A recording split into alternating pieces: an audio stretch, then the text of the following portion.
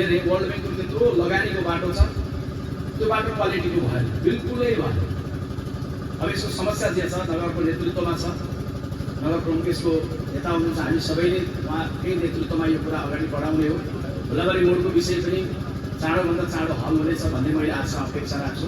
मलाई वर्ल्ड ब्याङ्कका साथीहरू सोधिराख्नुहुन्छ तपाईँको क्षेत्रमा हो त्यहाँ तपाईँले अलिकति मिलाउनु पऱ्यो भन्नुहुन्छ। हामी सबै नगरको नेतृत्वमा छौँ, हामी के बल पुर्याउनु पऱ्यो, मेरो कहाँ भूमिका पर्छ म तयार छु, मैले भनेकै छु।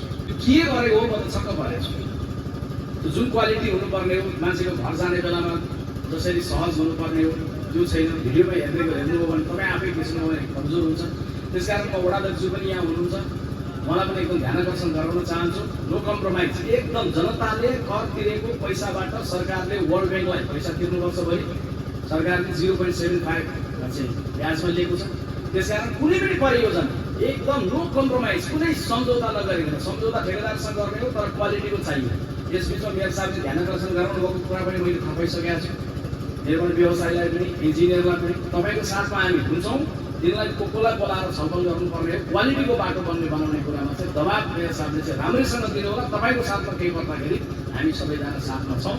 केन्द्रमा मैले कहीँ घर बचाउनु पर्छ भने घर बचाउनु पर्ने कुरामा पनि म साथमा छु।